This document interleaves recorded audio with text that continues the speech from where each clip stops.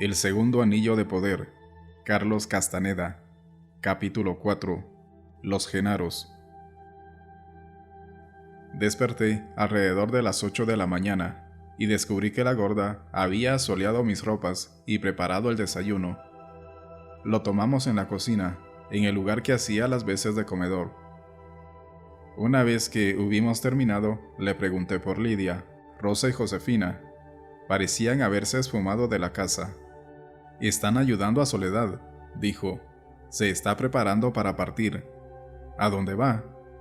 «A algún lugar, lejos de aquí. Ya no tiene razón alguna para quedarse. Estuvo esperándote, y tú ya has llegado». «¿Las hermanitas se van con ella?» «No, solo que hoy no quieren estar aquí. Todo hace pensar que para ellas no es un buen día para andar por el lugar». «¿Por qué no es un buen día?» «Los Genaros vienen a verte hoy, y las muchachas no congenian con ellos. Si se encuentran aquí, se lanzarán a la lucha más espantosa. La última vez estuvieron a punto de matarse». «¿Luchan físicamente?» «Ya lo creo. Son todos muy fuertes y ninguno quiere el segundo puesto. El Nahual me advirtió que ello ocurriría, pero no tengo poder para detenerlos, y no solo eso, sino que he tenido que tomar partido, de modo que es un lío». «¿Cómo sabes que los Genaros vendrán hoy?» «No he hablado con ellos, solo sé que hoy estarán aquí, eso es todo». «¿Lo sabes porque ves, gorda?» «Así es, veo que vienen, y uno de ellos viene directamente hacia ti, porque le estás atrayendo». Le aseguré que no atraía a nadie en particular. Le dije que no había revelado a nadie el propósito de mi viaje, pero que estaba relacionado con algo que deseaba preguntar a Pablito y a Néstor.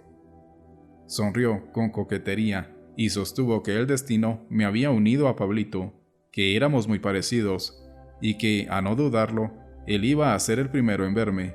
Agregó que todo lo que le sucedía a un guerrero debía interpretarse como un presagio. Así, mi encuentro con Soledad era un presagio de aquello que iba a descubrir en mi visita. Le pedí que me explicara ese punto.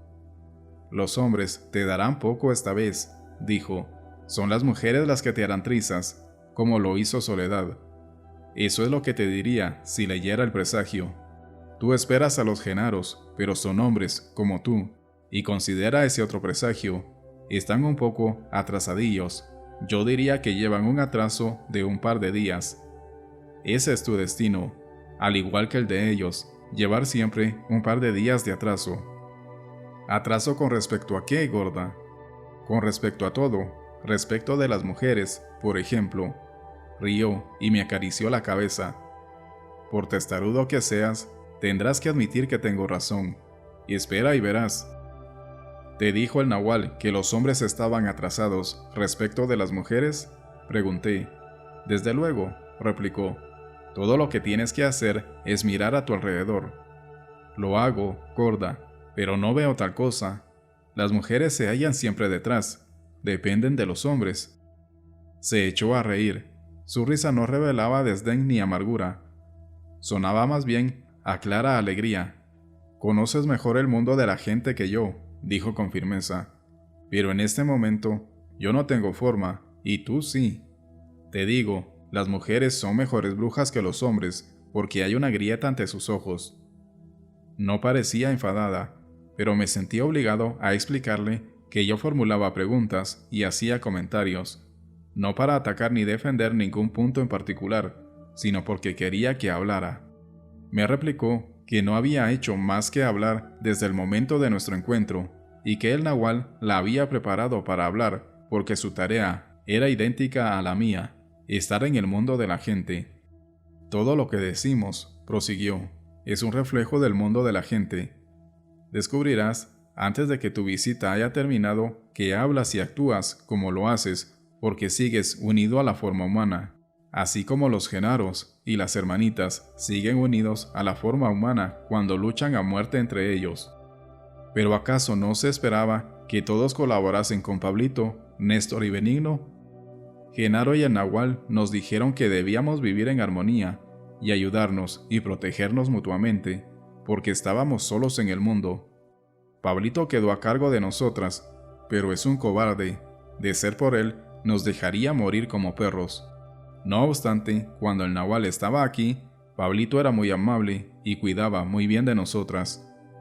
Todo el mundo solía tomarle el pelo y decirle, bromeando, que nos trataba como si fuésemos sus esposas.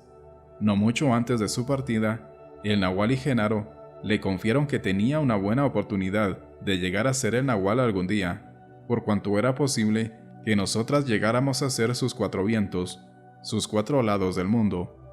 Pablito entendió esto como una misión, y cambió a partir de entonces. Se puso insufrible. Comenzó a darnos órdenes como si realmente fuésemos sus esposas. Le pregunté al nahual por las posibilidades de Pablito, y me respondió que todo en el mundo de un guerrero, como yo debía saber, dependía de la impecabilidad. Si Pablito fuera impecable, tendría una oportunidad. Me eché a reír cuando me dijo eso. Conozco bien a Pablito, pero el nahual me explicó que no debía tomarlo a la ligera. Dijo que los guerreros siempre tenían una oportunidad, no importa cuán pequeña sea. Me hizo ver que yo también era un guerrero, y no debía estorbar a Pablito con mis pensamientos, que debía desecharlos y dejar en paz a Pablito, que lo impecable, en mi caso, consistía en ayudar a Pablito sin preocuparme por lo que sabía de él. Comprendí sus palabras. Además, tengo una deuda personal con Pablito, y recibí con gusto la ocasión de tenderle una mano, pero no ignoraba que, por muchos esfuerzos que hiciese en su favor, iba a fracasar. Siempre supe que él carecía de lo que le hace falta para ser como el nahual. Pablito es muy pueril, y no aceptará su derrota. Es desdichado porque no es impecable, y sin embargo, en su pensamiento sigue intentando ser como el nahual. ¿Cómo fracasó? Tan pronto como el nahual partió, Pablito tuvo una fatal discusión con Lidia. Años atrás, el nahual le había encomendado la misión de ser el marido de Lidia, para cubrir las apariencias. La gente de aquí creía que ella era su esposa. Esto a Lidia no le agradaba, en lo más mínimo. Es muy dura. Lo cierto es que Pablito siempre le tuvo un miedo mortal. Nunca se llevaron bien, y se toleraron recíprocamente debido a la presencia del nahual. Pero cuando éste se fue, Pablito se volvió más loco de lo que ya estaba, y se convenció de que poseía el suficiente poder personal para tomarnos por esposas. Los tres Genaros se reunieron y discutieron lo que Pablito debía hacer. Decidieron que primero tenía que tomar a Lidia, la más fuerte de las mujeres. Aguardaron a que estuviera sola, y entonces los tres entraron a la casa, la cogieron por los brazos y la arrojaron sobre la cama. Pablito se puso encima de ella. Al principio, Lidia creyó que los Genaros estaban jugando, pero cuando comprendió que sus propósitos eran serios, propinó a Pablito un cabezazo en medio de la frente que lo puso al borde de la muerte. Los Genaros huyeron, y Néstor pasó meses cuidando a Pablito a causa del golpe. ¿Hay algo que yo pueda hacer para ayudarles a entender? No, desgraciadamente, su problema no es de comprensión. Los 6 se entienden muy bien. La verdadera dificultad no estriba en eso. Se trata de otra cosa, algo muy feo en lo que nadie puede ayudarles. Se complacen en no tratar de cambiar.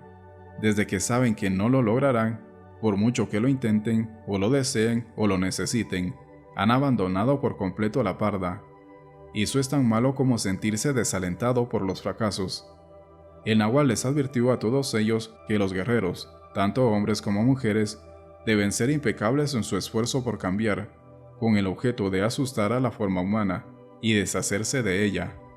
Al cabo de años de impecabilidad, llegará un momento, al decir del nahual, en que la forma no soporte más y parta, como ocurrió conmigo. Al hacerlo, por supuesto, lastima el cuerpo y hasta puede llegar a matarlo, pero un guerrero impecable sobrevive, siempre. El discurso de la gorda se vio interrumpido por un golpe en la puerta delantera. La gorda se puso de pie y fue a alzar el pestillo. Era Lidia. Me saludó con gran formalidad y le pidió a la gorda que fuese con ella. Salieron juntas. Me alegré de estar solo. Trabajé mis notas durante horas. En el lugar, al aire libre, que se empleaba como comedor, hacía fresco y había muy buena luz. La gorda regresó cerca del mediodía. Me preguntó si quería comer. Yo no tenía hambre, pero insistió en que lo hiciera. Me aseguró que los contactos con los aliados debilitaban mucho y que ella misma no se sentía muy fuerte. Después de comer, me senté junto a la gorda y estaba a punto de comenzar a interrogarla sobre el soñar, cuando se abrió la puerta delantera estrepitosamente y entró Pablito. Jadeaba. Era evidente que había corrido y se le veía en un estado de gran agitación. Se detuvo un instante junto a la puerta para recobrar el aliento. No había cambiado mucho. Parecía un poco más viejo o más pesado, o tal vez sencillamente más fornido. No obstante, seguía siendo muy delgado y nervudo. Tenía la tez pálida, como si hubiese pasado mucho tiempo sin ver el sol. El castaño de sus ojos se veía acentuado por ligeras huellas de fatiga en su rostro. Recordaba a Pablito como dueño de una seductora sonrisa.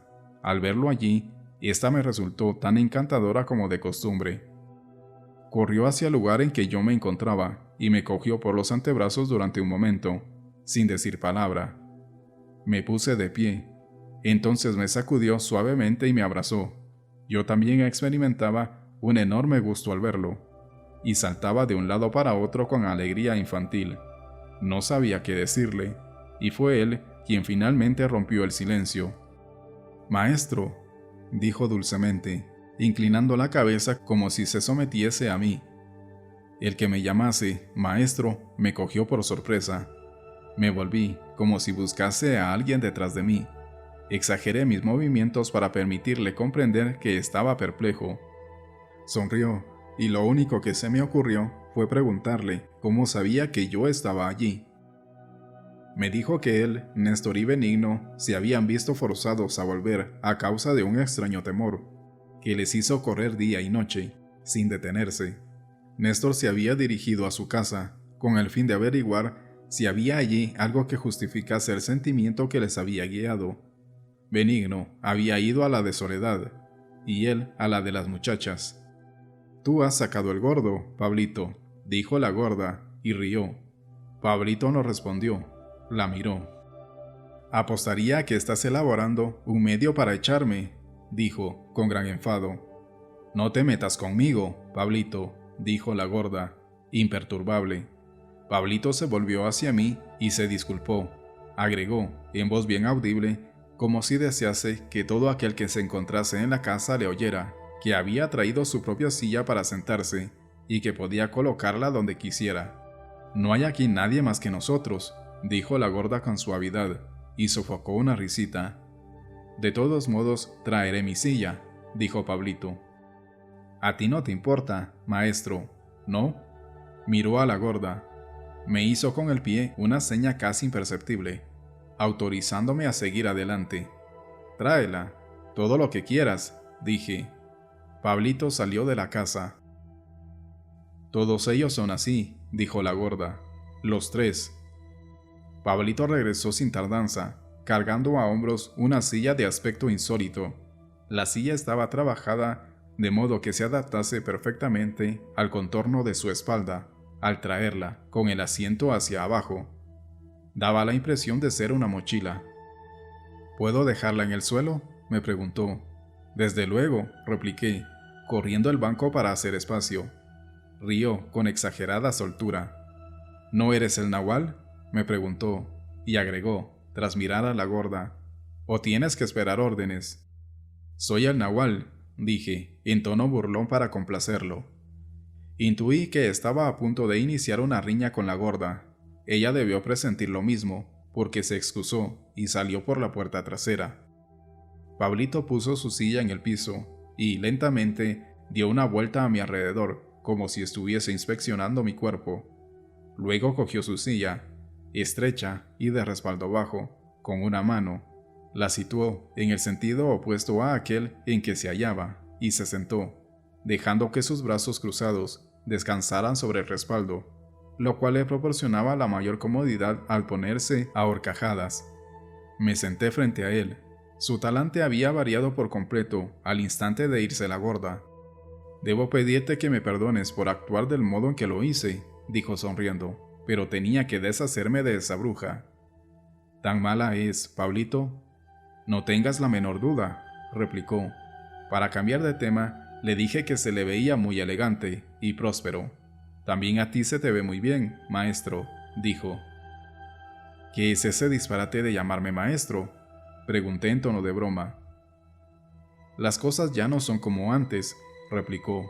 Estamos en un nuevo reino, y el testigo dice que ahora tú eres un maestro, y el testigo no puede equivocarse, pero él mismo te contará toda la historia, y estará aquí dentro de poco, y se alegrará de volver a verte. Supongo que ya ha de haber percibido que estabas aquí. Mientras nos dirigíamos hacia aquí, todos teníamos la convicción de que estabas en camino, pero ninguno supo que ya habías llegado. Le hice saber entonces que había ido con la única finalidad de verle a él y a Néstor, que eran las únicas personas en el mundo con las cuales podía hablar acerca de nuestro último encuentro con don Juan y don Genaro, y que necesitaba por sobre todo aclarar las incertidumbres que esa reunión final había suscitado en mí. «Estamos unidos», dijo, «haré todo lo que pueda por ti, lo sabes, pero debo advertirte que no soy tan fuerte como tú querrías. Tal vez fuese mejor que no conversáramos. No obstante, si no conversamos, nunca entenderemos nada». De modo cuidadoso y lento, formulé mi interrogatorio. Expliqué que había un solo punto en el centro de la cuestión que intrigaba mi razón. «Dime, Pablito», pregunté, ¿saltamos realmente con nuestros cuerpos al abismo? Pero estuviste allí conmigo. Ese es el asunto. ¿Estuve realmente allí? Su enigmática réplica me fastidió. Tuve la sensación de que, si lo sacudía o lo apretaba, algo de él se liberaría. Me resultaba evidente que ocultaba algo de gran valor. Afirmé enérgicamente que me guardaba secretos cuando había una absoluta confianza entre nosotros. Pablito sacudió la cabeza como si, en silencio, se opusiese a mi acusación. Le pedí que me narrara toda su experiencia, comenzando por el periodo anterior a nuestro salto, cuando don Juan y don Genaro nos prepararon para la embestida definitiva. El relato de Pablito fue desordenado e inconsistente. Todo lo que recordaba acerca de los últimos momentos, previo a nuestro salto al abismo, era que, una vez que don Juan y don Genaro se hubieron despedido de nosotros para perderse en la oscuridad, le faltaron fuerzas. Estuvo a punto de caer de bruces. Yo lo sostuve por el brazo y lo llevé hasta el borde de la cima, y allí perdió el conocimiento. ¿Y qué sucedió luego, Pablito? No lo sé. ¿Tuviste sueños o visiones? ¿Qué viste? Por lo que sé, no tuve visiones, o si las tuve, no les presté atención. Mi falta de impecabilidad me impidió recordarlas. ¿Y entonces qué ocurrió? Desperté en la que había sido casa de Genaro. No sé cómo llegué allí. Permaneció inmóvil, en tanto yo hurgaba frenéticamente en mi mente en busca de una pregunta, un comentario, una observación crítica o cualquier cosa que agregara cierta amplitud a sus declaraciones. En realidad, nada en el relato de Pablito servía para confirmar lo que me había sucedido. Me sentía decepcionado, casi enfadado con él. En mí se mezclaban la piedad por Pablito y por mí mismo y una profundísima desilusión. «Lamento resultarle un chasco», dijo Pablito. Mi inmediata reacción ante sus palabras consistió en disimular mis sentimientos. Le aseguré que no me sentía defraudado. «Soy un brujo», dijo riendo. «Un brujo no muy lúcido, pero sí lo bastante como para interpretar los mensajes de mi propio cuerpo. Y ahora me dice que estás enfadado conmigo». «No estoy enfadado, Pablito», exclamé. «Eso es lo que indica tu razón, pero no tu cuerpo», dijo. «Tu cuerpo está enojado conmigo, pero tu razón no haya motivo alguno para ello, de modo que te hallas en medio de un fuego cruzado. Lo menos que puedo hacer por ti es aclararlo. Tu cuerpo está enfadado porque sabe que yo no soy impecable y que solo un guerrero impecable puede prestar ayuda. Y está enfadado además porque siente que me estoy desperdiciando». Lo comprendió todo en el momento en que traspuse esa puerta. No sabía qué decir. El recuerdo de algunos hechos me invadió como un torrente y entendí muchas de las cosas que habían tenido lugar, Posiblemente él tuviese razón al sostener que mi cuerpo ya lo sabía. En alguna medida, su franqueza, al colocarme frente a mis propios sentimientos, había embotado el filo de mi frustración. Empecé a preguntarme si Pablito no estaría jugando conmigo. Le dije que el ser tan directo y atrevido no era fácilmente conciliable con la imagen de debilidad que había dado de sí mismo. Mi debilidad consiste en que estoy hecho para el anhelo, dijo, casi en un susurro. Soy así hasta el punto en que suspiro por la vida que hacía cuando era un hombre ordinario. ¿Lo puedes creer? «¿No hablas en serio, Pablito?», exclamé. «Sí», replicó, «ansío el gran privilegio de andar por la faz de la tierra como un hombre corriente, sin esta tremenda carga». Encontré su declaración sencillamente ridícula, y me encontré repitiendo una y otra vez que no era posible que hablase en serio. Pablito me miró y suspiró. Fui presa de una repentina aprensión.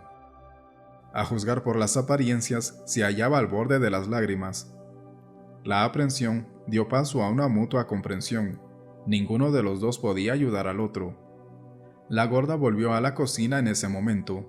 Pablito pareció experimentar una repentina revitalización.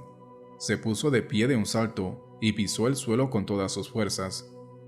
«¿Qué demonios quieres?», aulló con voz nerviosa y estridente. «¿Por qué fisgoneas?».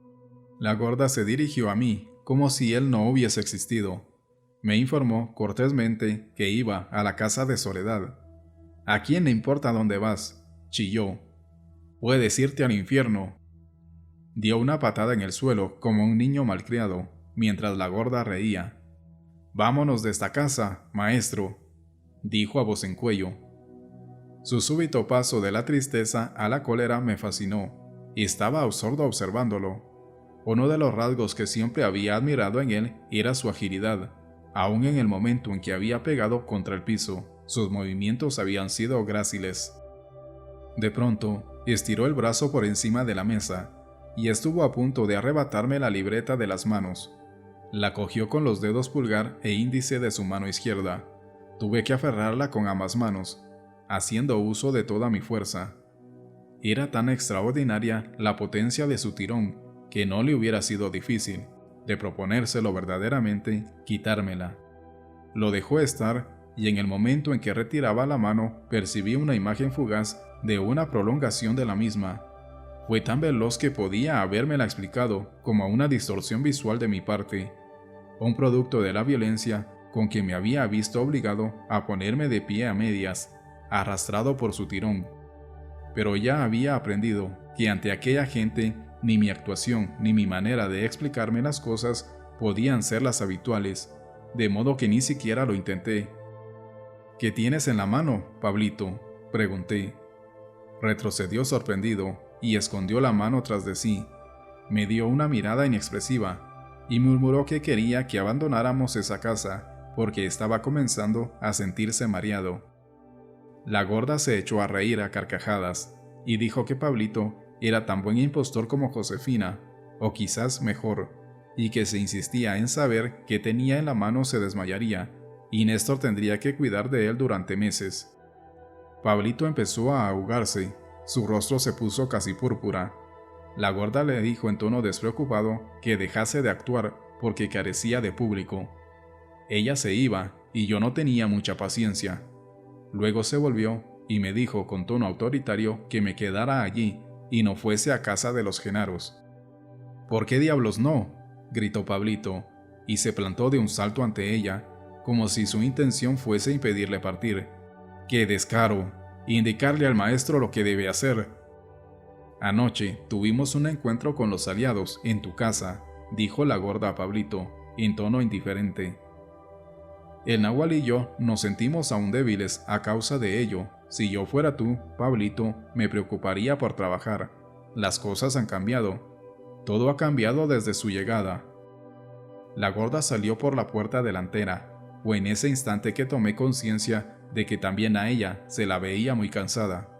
Sus zapatos parecían demasiado ajustados, o tal vez arrastraba un poco los pies debido a su debilidad. En apariencia, era pequeña y frágil. Pensé que mi aspecto debía ser semejante. Puesto que no había espejos en aquella casa, sentí la necesidad de salir a mirarme en el retrovisor de mi coche. Lo hubiera hecho, de no habérmelo impedido Pablito. Me pidió fervorosamente que no creyera una sola de las palabras que ella había pronunciado acerca de su condición de impostor. Le dije que no se preocupara por ello. La gorda no te gusta nada, ¿verdad? Es cierto, replicó con una mirada salvaje. Sabes mejor que nadie la clase de monstruos que son esas mujeres. El nahual nos dijo un día que ibas a venir para caer en su trampa. Nos rogó que estuviésemos alerta y te pusiéramos sobre aviso de sus designios. El nahual dijo que tenías una de 4 posibilidades. Si nuestro poder era grande, nosotros mismos te traeríamos hasta aquí, te advertiríamos y te salvaríamos. Si tu poder era poco, arribaríamos a tiempo de ver tu cadáver. La tercera posibilidad consistía en hallarte convertido en esclavo de la bruja Soledad, o esclavo de estas mujeres repugnantes y hombrunas. La cuarta, y más remota, era que te encontrásemos sano y salvo. El nahual nos dijo que, en caso de que sobrevivieras, serías el nahual, y deberíamos confiar en ti porque eras el único que nos podía ayudar.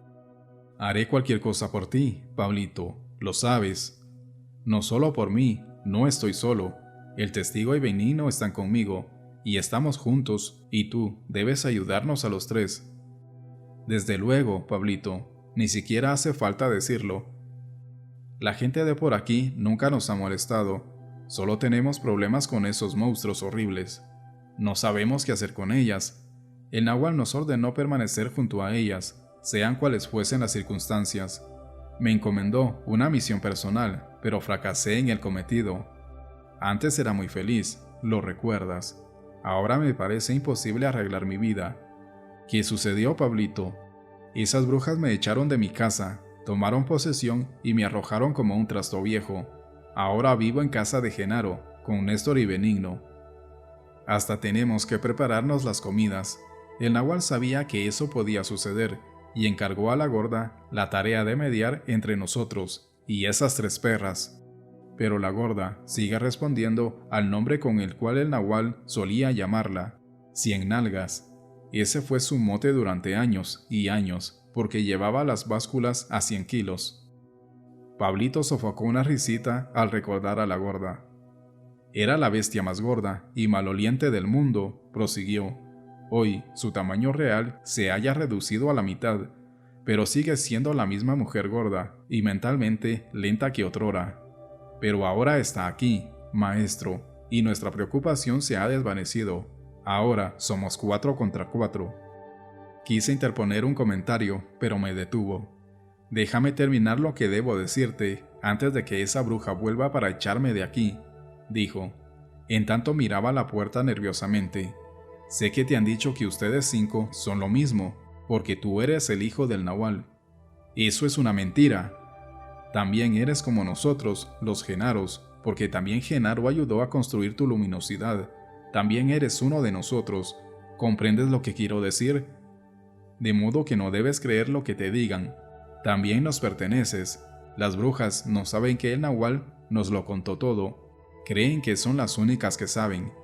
Costó 2 toltecas hacernos como somos. Somos hijos de ambos. Esas brujas. Espera, Pablito, dije tapándole la boca. Calló, aparentemente asustado por lo súbito de mi movimiento. ¿Qué me quieres dar a entender con eso de que costó 2 toltecas hacernos? El nahual nos hizo saber que éramos toltecas. Todos nosotros somos toltecas. Según él, un tolteca es un receptor y conservador de misterios. El nahual y Genaro son toltecas. Nos dieron su luminosidad y sus misterios.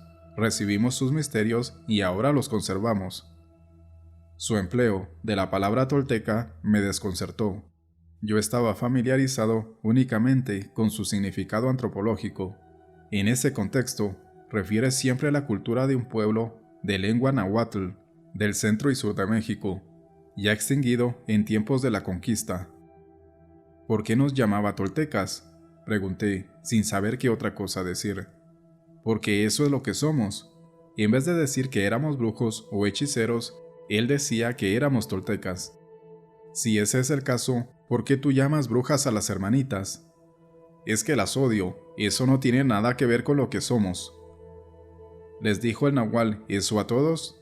Claro, por supuesto, todos lo saben. Pero a mí nunca me lo dijo. Es que tú eres un hombre muy educado y siempre estás discutiendo cosas estúpidas. Rió en un tono forzado y agudo, y me dio unas palmaditas en la espalda. Les dijo el nahual en alguna oportunidad que los toltecas eran un pueblo antiguo que vivió por esta parte de México. Pregunté. ¿Ves a dónde vas a parar? Por eso a ti no te dijo nada. Lo más probable es que el viejo cuervo no supiera que se trataba de un pueblo antiguo. Se mecía en la silla mientras reía. Su risa era muy agradable y contagiosa. Somos toltecas, maestro, dijo. Ten la seguridad de que lo somos. Y eso es todo lo que sé, pero puedes preguntarle al testigo, él sabe. Yo he perdido el interés por la cuestión hace mucho. Se puso de pie y se dirigió al fogón. Lo seguí. Examinó una olla llena de comida que se cocía a fuego lento. Me preguntó si sabía quién lo había preparado. Estaba casi seguro de que había sido la gorda, pero le respondí que no sabía. La olió 4 o 5 veces, en cortas inhalaciones, como un perro. Luego anunció que su nariz le informaba que lo había hecho la gorda. Me preguntó si yo lo había probado. Cuando le hice saber que había acabado de comer exactamente antes de que él llegara, cogió un tazón de un estante y se sirvió una enorme ración. Me comentó, en términos imperativos, que solo comiera cosas preparadas por la gorda y que usara únicamente su tazón, tal como él lo estaba haciendo. Le conté que la gorda y las hermanitas me habían servido de comer en un tazón oscuro que guardaban en un estante separado de los demás. Me informó que ese tazón pertenecía al nahual. Regresamos a la mesa. Comió con la mayor lentitud y no pronunció una sola palabra. Su absoluta concentración en el comer me llevó a tomar conciencia de que todos ellos hacían lo mismo, tragaban en completo silencio. La gorda es una gran cocinera, dijo, al terminar. Solía alimentarme, hace siglos de ello, antes de odiarme, antes de convertirse en una bruja, quiero decir, en una tolteca. Me miró con un expresivo destello y me guiñó un ojo. Sentí la obligación de comentar que la gorda me había dado la impresión de ser incapaz de odiar a nadie. Le pregunté si sabía que ella había perdido la forma. «Eso es una sarta de tonterías», exclamó. Me observó como si estuviese midiendo la sorpresa de mis ojos, y luego escondió la cara tras un brazo y sofocó una risa tonta al modo de un niño confundido. «Debo admitir que realmente lo ha hecho», agregó. «Es fantástica». «Entonces, ¿por qué te desagrada?» «Te diré algo, maestro, porque confío en ti. No me desagrada en lo más mínimo. Es realmente la mejor, y es la mujer del nahual. Solo que procedo así con ella porque me gusta que me mime, y lo hace. Nunca se irrita conmigo. A veces me dejo llevar y me trabo en lucha con ella. Cuando esto sucede, se limita a quitarse de en medio, como hacía el nahual. Al minuto siguiente, ni siquiera recuerda lo que hice. Ahí tienes a un verdadero guerrero sin forma. Hace lo mismo con todos. Pero los demás somos unos despojos lamentables. Somos malos. Esas 3 brujas nos odian y nosotros las odiamos. Ustedes son brujos, Pablito. ¿No pueden cesar esas riñas? Claro que podemos, pero no lo deseamos. ¿Qué esperabas que hiciéramos? ¿Que nos comportáramos como hermanos y hermanas? No supe qué decir. Ellas eran las mujeres del nahual, prosiguió, y, sin embargo, todo el mundo esperaba que me hiciese con ellas. ¿Cómo, en nombre de Dios, voy a hacerlo? Lo intenté con una, y en vez de apoyarme, la bruja estuvo a punto de asesinarme. De modo que ahora cada una de esas mujeres anda tras mi escondite como si hubiese cometido un crimen. Lo único que hice fue seguir las instrucciones del nahual.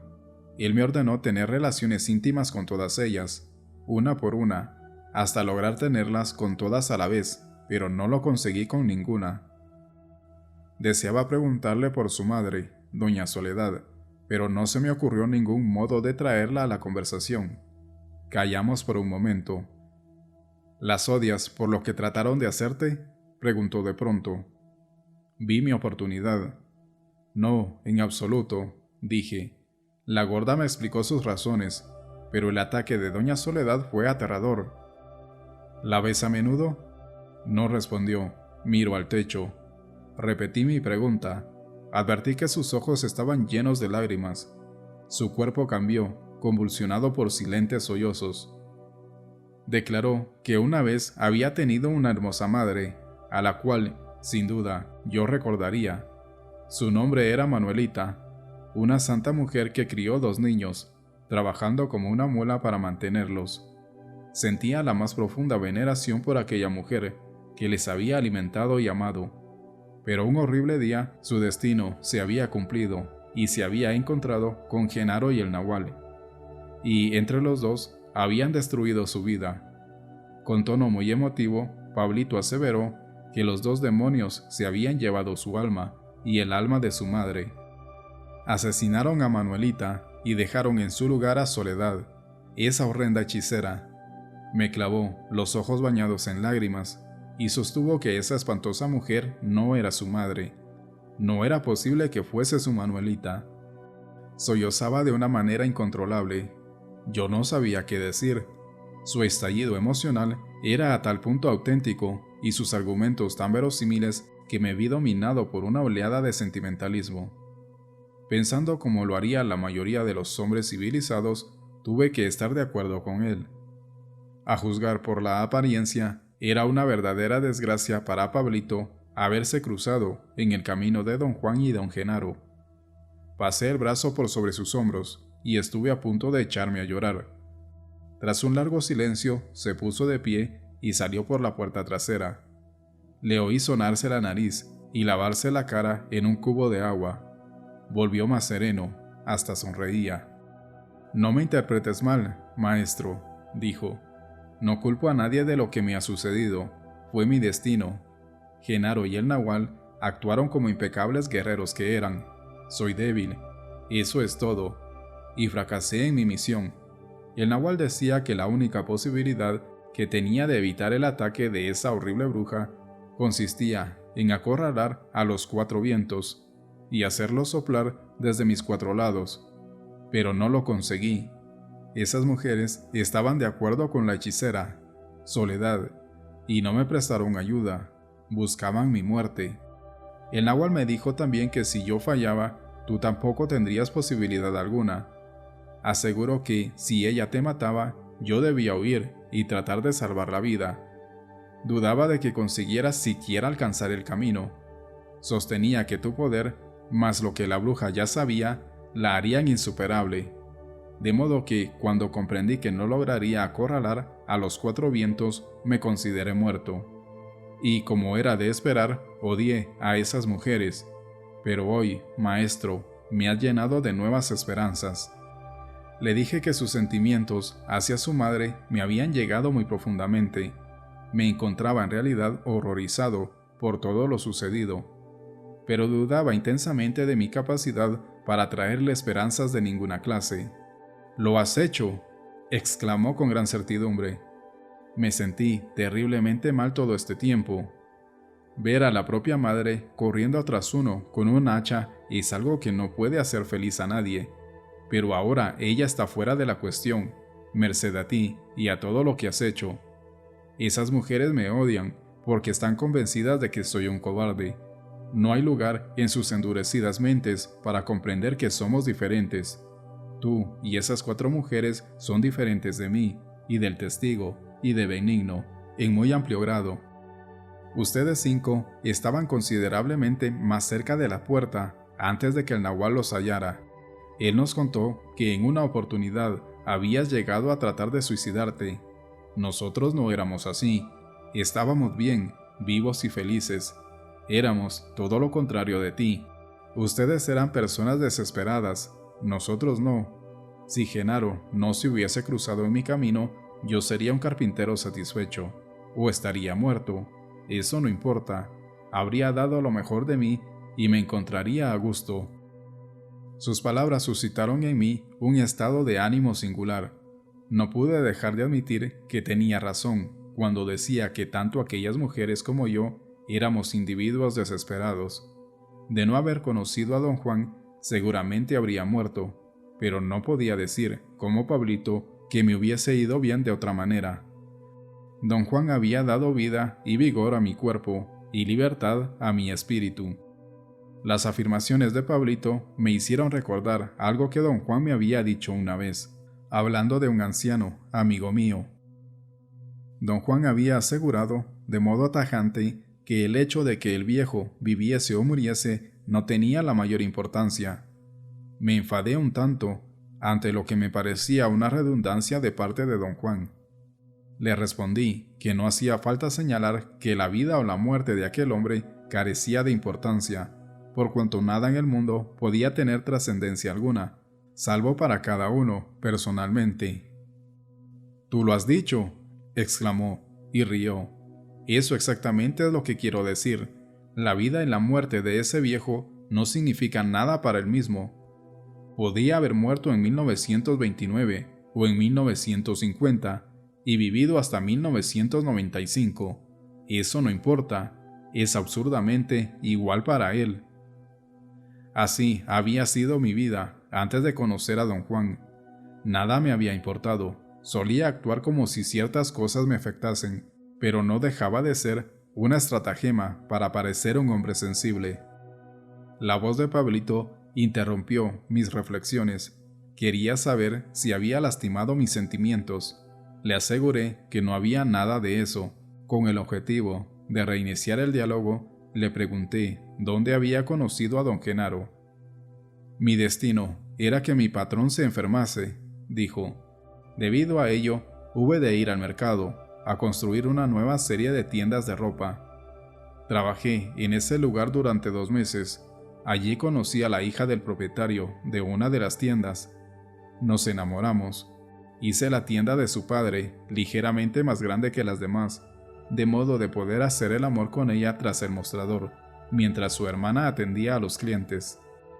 Un día, Genaro llevó un saco de plantas medicinales a un comerciante del otro lado de la nave, y mientras conversaba con él, notó que el puesto de ropas vibraba. Observó con atención el lugar, pero vio solamente a la hermana, dormitando en una silla. El hombre informó a Genaro de que cada día el puesto vibraba así, alrededor de esa hora. Al día siguiente, Genaro llevó al nahual para que viese vibrar la construcción y consiguió su propósito. Regresaron al otro día y volvió a vibrar, de modo que esperaron hasta que salí. Fue entonces que trabé relación con ella, y poco después Genaro me contó que era herborista, y me propuso preparar para mí una poción, merced a la cual ninguna mujer se me resistiría. Me gustaban las mujeres, así que piqué. Ciertamente me preparó la poción, pero ello le llevó 10 años. En el interín llegué a conocerlo muy bien, y a quererlo más que si fuese mi propio hermano. Y ahora lo extraño como no te puedes imaginar. Como puedes ver, me hizo trampa. A veces me alegro de que lo haya hecho, no obstante, las más de las veces me irrita. Don Juan me dijo que los brujos debían contar con un presagio, antes de decidirse por algo. ¿Hubo algo de esto contigo, Pablito? Sí, Genaro me contó que al ver temblar el puesto, despertó su curiosidad, y entonces vio que 2 personas hacían el amor tras el mostrador, de modo que se sentó a esperar que salieran, quería ver quiénes eran. Al cabo de un rato apareció la muchacha, pero a mí no me vio. Pensó que resultaba muy extraño, tras estar tan decidido a ponerme los ojos encima. Al día siguiente regresó en compañía del nahual. Genaro fue a pasearse por la parte de atrás del puesto, y en tanto el nahual aguardaba adelante. Tropecé con Genaro cuando salía a gatas. Creí que no me había visto, porque yo me hallaba aún detrás del trozo de tela que cubría la abertura que había dejado en la pared lateral. Comencé a ladrar, para hacerle pensar que abajo del trapo había un perrito. Gruñó y me ladró, y me llevó a la convicción de que al otro lado había un enorme perro enfurecido. Me asusté tanto que salí corriendo por el lado opuesto y me di de bruces con el nahual. Si hubiese sido un hombre corriente, lo hubiese derribado, dado que lo cogí enteramente de frente. En cambio, me alzó como a un niño. Me quedé absolutamente pasmado. Para ser un hombre tan viejo, era verdaderamente fuerte. Pensé que un hombre tan fuerte me podía servir para cargar madera. Además, no quería desprestigiarme ante la gente que me había visto salir corriendo de debajo del mostrador. Le pregunté si le gustaría trabajar para mí. Me dijo que sí. En esa misma jornada fue al taller y comenzó a hacer las veces de mi asistente. Trabajó allí cada día durante 2 meses. No tuve una sola oportunidad frente a esos 2 demonios. Lo incongruente de la imagen del nahual trabajando para Pablito me resultaba extremadamente cómico. Pablito empezó a remedar el modo en que don Juan se echaba los maderos sobre los hombros. Tuve que coincidir con la gorda en que Pablito era tan buen actor como Josefina. ¿Por qué se dieron todas esas molestias, Pablito? Tenían que engañarme. No creerás que yo estaba dispuesto a irme con ellos, así como así, ¿no? Había pasado la vida oyendo hablar de brujas y curanderos y hechiceros y espíritus, sin creer jamás una palabra de ello. Quienes hablaban de esas cosas no eran más que ignorantes. Si Genaro me hubiese dicho que él y su amigo eran brujos, me hubiera alejado de ellos, pero eran demasiado inteligentes para mí. Los 2 zorros eran realmente astutos. Hicieron las cosas sin prisa. Genaro decía que hubiese esperado por mí así pasaran 20 años. Es por eso que el nahual entró a trabajar para mí. Yo se lo pedí, de modo que le entregué la llave. El nahual era un trabajador diligente. Yo era un tanto pícaro por entonces, y creía ser quien le tendía una trampa a él. Estaba convencido de que el nahual no era más que un viejo indio estúpido, de modo que le comuniqué que pensaba decir al patrón que era mi abuelo, para que lo contratara. A cambio, debía entregarme un porcentaje de su salario. El nahual me respondió que era muy amable por mi parte el hacerlo así. Me daba una parte de los pocos pesos que ganaba cada día. Mi patrón estaba impresionado por la capacidad de trabajo de mi abuelo, pero los demás se burlaban de él. Como sabes, tenía la costumbre de hacer crujir todas sus articulaciones de tanto en tanto. En el taller lo hacía toda vez que acarreaba algo. Naturalmente, la gente creía que era tan viejo que siempre que se echaba algo a la espalda, su cuerpo chirriaba. Con el nahual como abuelo me sentía bastante desdichado, pero para entonces Genaro ya había seducido mi avaricia, diciéndome que proporcionaba al nahual una mezcla de plantas especial que lo hacía ser fuerte como un toro. Cada día acostumbraba a llevarle un pequeño montón de hojas maceradas. Aseveraba que su amigo no era nada sin el brebaje, y para demostrármelo, pasó 2 días sin dárselo. Sin las hojas, el nahual parecía ser un viejo común y corriente. Genaro me convenció de que a mí también me era posible utilizar su pócima para que las mujeres me amasen. Ello despertó todo mi interés, sobre todo cuando me dijo que podíamos ser socios si le ayudaba a preparar la fórmula y dársela a su amigo. Un día me mostró unos $, y me contó que había vendido su primer lote a un norteamericano. Eso me terminó de atraer y me convertí en socio suyo. Mi socio Genaro y yo teníamos grandes planes. Él sostenía que yo debía tener mi propio taller, porque con el dinero que íbamos a hacer con su fórmula podría comprar lo que quisiera. Compré un local, y mi socio pagó por él, de modo que me entusiasmé, sabía que hablaba en serio, y comencé a trabajar en la preparación de su mezcla de hojas. A esa altura yo tenía la seguridad de que don Genaro había empleado plantas psicotrópicas en su receta. Razoné que debía de haber dado a Pablito su producto para garantizarle su sumisión. ¿Te dio plantas de poder, Pablito?, pregunté. Desde luego, replicó. Me dio su preparado. Tragué toneladas de él. Describió y realizó la imitación del modo en que don Juan se sentaba junto a la puerta de la casa de don Genaro, profundamente aletargado, y volvía a la vida tan pronto como la pócima tocaba sus labios. Pablito me dijo que, a la vista de tal transformación, se vio obligado a probarla. ¿Qué había en esa fórmula?, pregunté. Hojas verdes, respondió. todas las hojas verdes que podía recoger. Así, ese demonio era Genaro. Solía hablar de su fórmula y me hacía reír hasta que me elevaba como una cometa. Dios, cómo disfruté de aquellos días. Reí para aplacar los nervios. Pablito sacudió la cabeza de uno a otro lado y se aclaró la garganta 2 o 3 veces. Parecía estar haciendo un esfuerzo por no llorar. Como ya te he dicho, maestro, prosiguió, me impulsaba la codicia. Secretamente planeaba deshacerme de mi socio, tan pronto como aprendiera a preparar la fórmula por mí mismo. Genaro no ha de haber ignorado nunca mis designios. Poco antes de partir, me abrazó y me dijo que era hora de cumplir mi deseo. Era hora de deshacerme de mi socio, porque ya había aprendido a hacer la poción. Pablito se puso de pie, tenía los ojos llenos de lágrimas. El hijo del diablo de Genaro, dijo con dulzura, el maldito demonio, le quise realmente, y si no fuese tan cobarde, estaría preparando su brebaje. No quise escribir más. Para disipar mi tristeza, recordé a Pablito que debíamos ir a buscar a Néstor. Estaba recogiendo mis notas para partir cuando la puerta de entrada se abrió de un fuerte golpe. Pablito y yo dimos un salto instintivamente y nos volvimos a mirar. Néstor estaba de pie en el vano. Corrí hacia él. Nos encontramos en medio de la habitación delantera. Se abalanzó sobre mí y me aferró por los hombros. Me pareció más alto y fuerte que en nuestra anterior reunión. Su cuerpo, largo y delgado, había adquirido una elegancia casi felina. Por una u otra razón, la persona que tenía frente a mí me miraba fijamente. No era el Néstor que había conocido. Le recordaba como un hombre tímido al que avergonzaba sonreír a causa de sus dientes torcidos.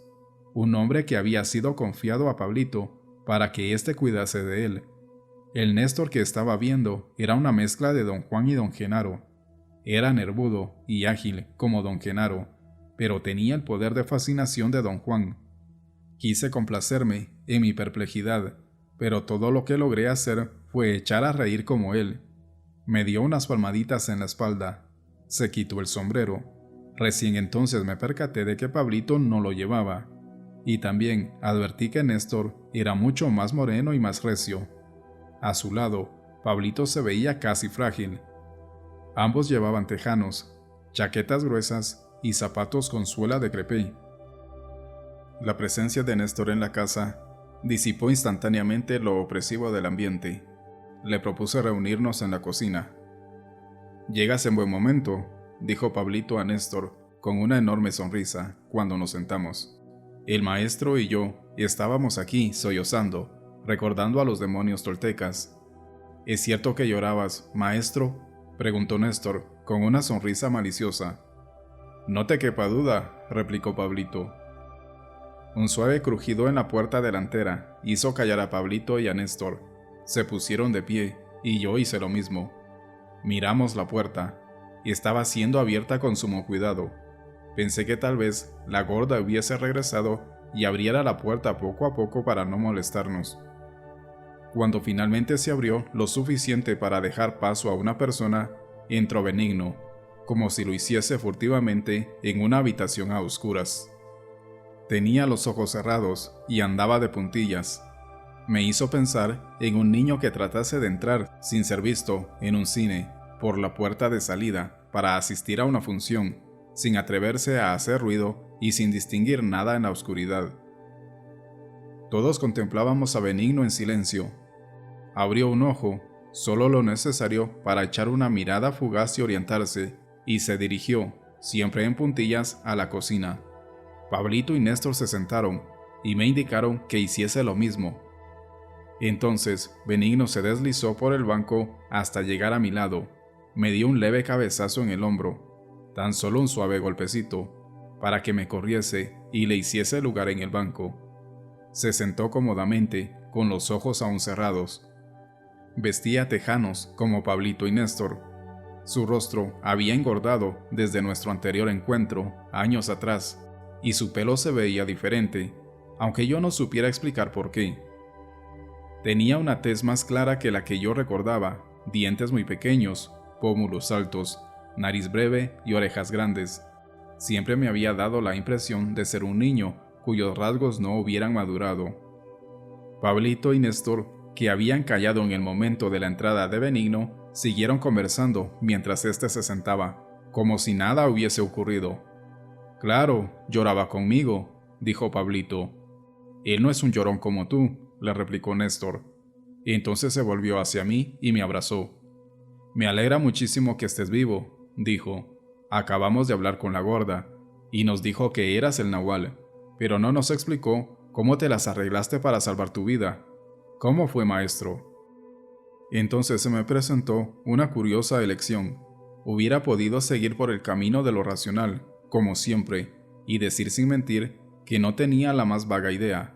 También podía haber dicho que mi doble me había librado de aquellas mujeres. Estaba estimando el probable efecto de cada una de las alternativas cuando Benigno me distrajo. Abrió ligeramente un ojo y me miró, y sofocó una risilla, y ocultó la cabeza entre los brazos. «Benigno, ¿no quieres hablar conmigo?», pregunté. Negó con la cabeza. Me sentía cohibido con él a mi lado, y opté por preguntar qué problema había conmigo. «¿Qué hace?», pregunté a Néstor en voz alta. Néstor frotó la cabeza de Benigno y lo sacudió. Benigno abrió los ojos y los volvió a cerrar. «Es así, ya lo conoces», me dijo Néstor. «Es extremadamente tímido. Tarde o temprano abrirá los ojos. No le hagas caso. Si se aburre, se quedará dormido».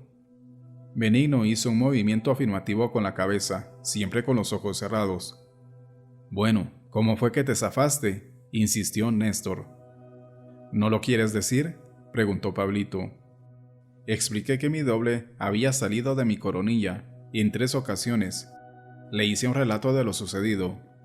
No se mostraron en absoluto sorprendidos y tomaron mi narración como una cuestión de rutina. Pablito quedó encantado al considerar la posibilidad de que doña Soledad no lograra recuperarse y a la larga muriera. Quiso saber si también había golpeado a Lidia. Néstor le ordenó, mediante un gesto perentorio, que callara. Pablito dócilmente se interrumpió en mitad de la frase.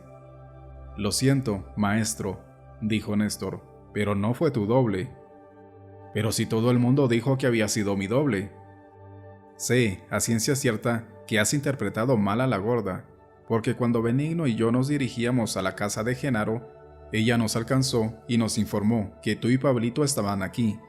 Al referirse a ti, te llamó Nahual. ¿Sabes por qué?». Reí y le respondí que creía que ello era debido a su idea de que yo había recibido la mayor parte de la luminosidad del Nahual. «Uno de nosotros es un imbécil», dijo Benigno con voz tronante, sin abrir los ojos. El sonido de su voz era tan extraño que me aparté de él de un salto. Su declaración completamente inesperada, sumada a mi reacción ante ella, hizo reír a todos. Benigno abrió un ojo, me observó un instante y luego enterró la cabeza entre los brazos. «¿Sabes por qué llamábamos el Nahual a Juan Matus?», me preguntó Néstor. Le confesé que siempre había pensado que era un modo delicado de llamarle brujo.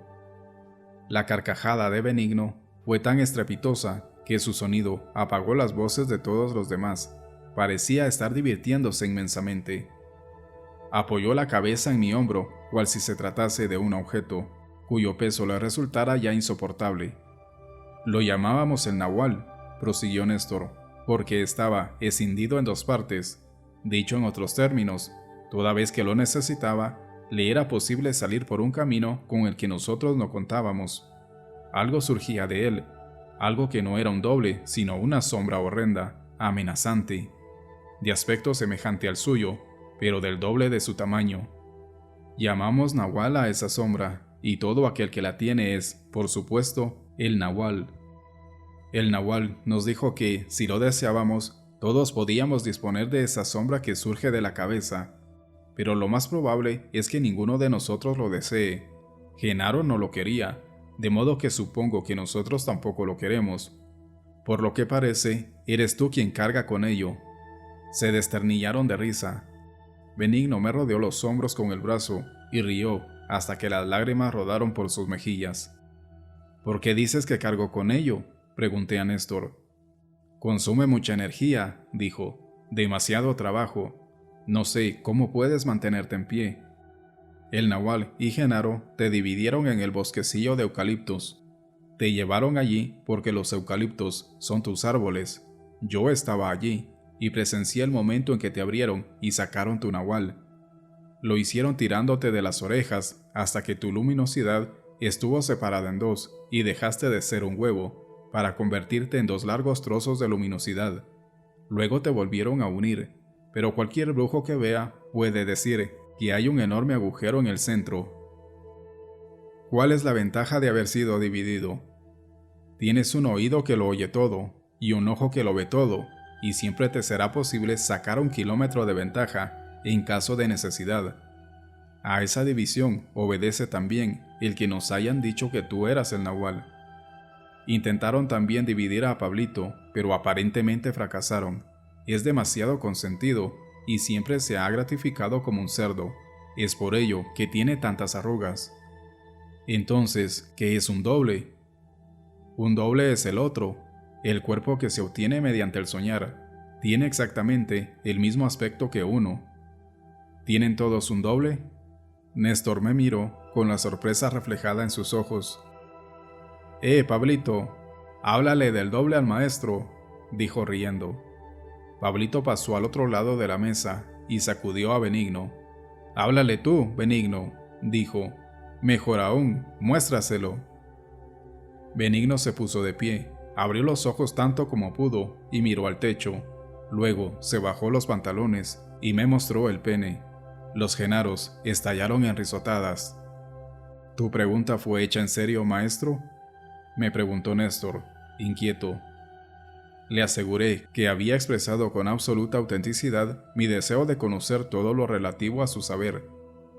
Me lancé entonces a una larga declaración acerca de cómo don Juan me había mantenido apartado de su mundo por motivos que no alcanzaba a desentrañar, impidiéndome una relación más estrecha con ellos. Piensen en esto, dije.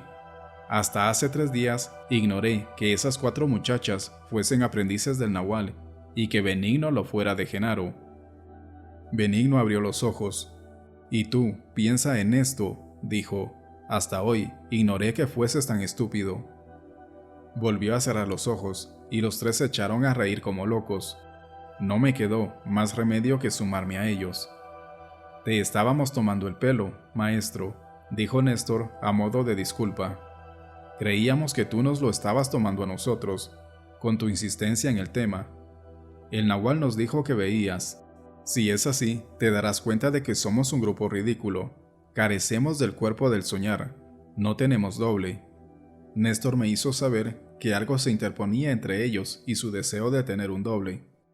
Entendí que lo que se me quería decir era que, desde la partida de don Juan y don Genaro, se había creado una barrera.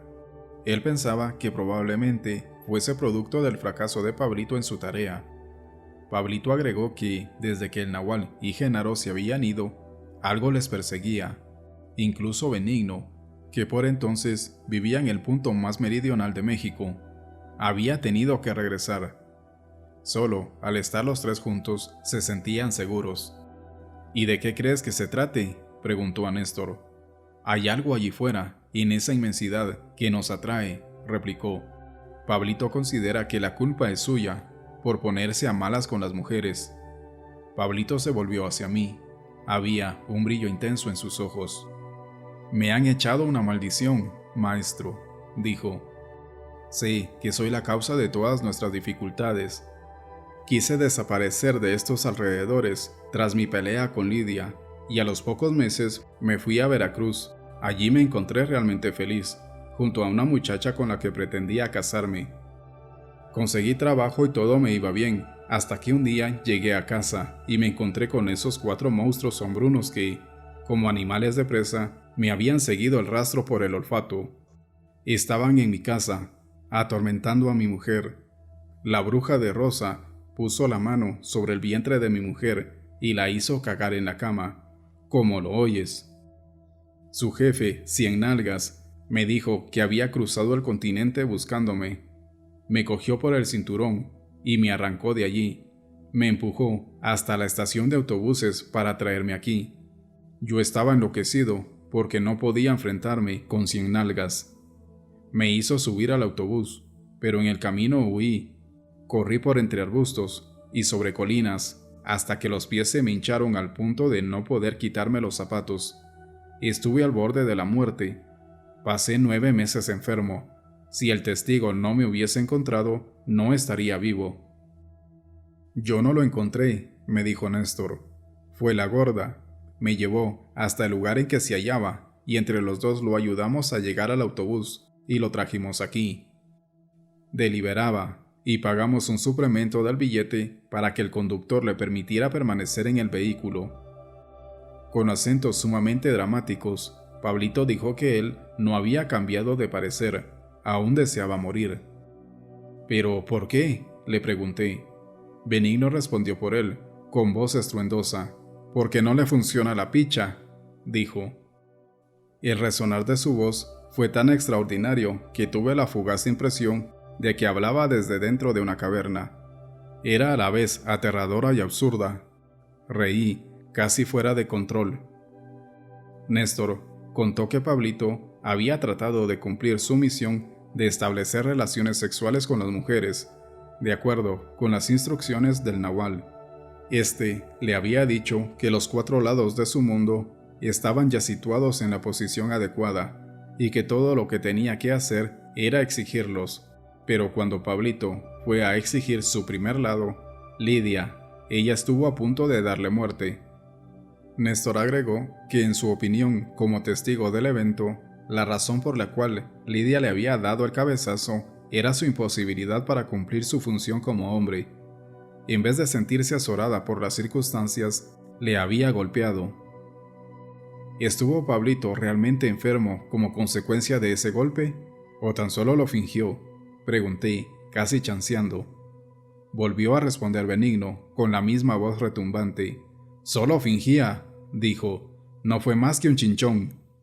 Pablo y Néstor rieron agudamente y chillaron. «No culpamos a Pablito por temer a esas mujeres», dijo Néstor.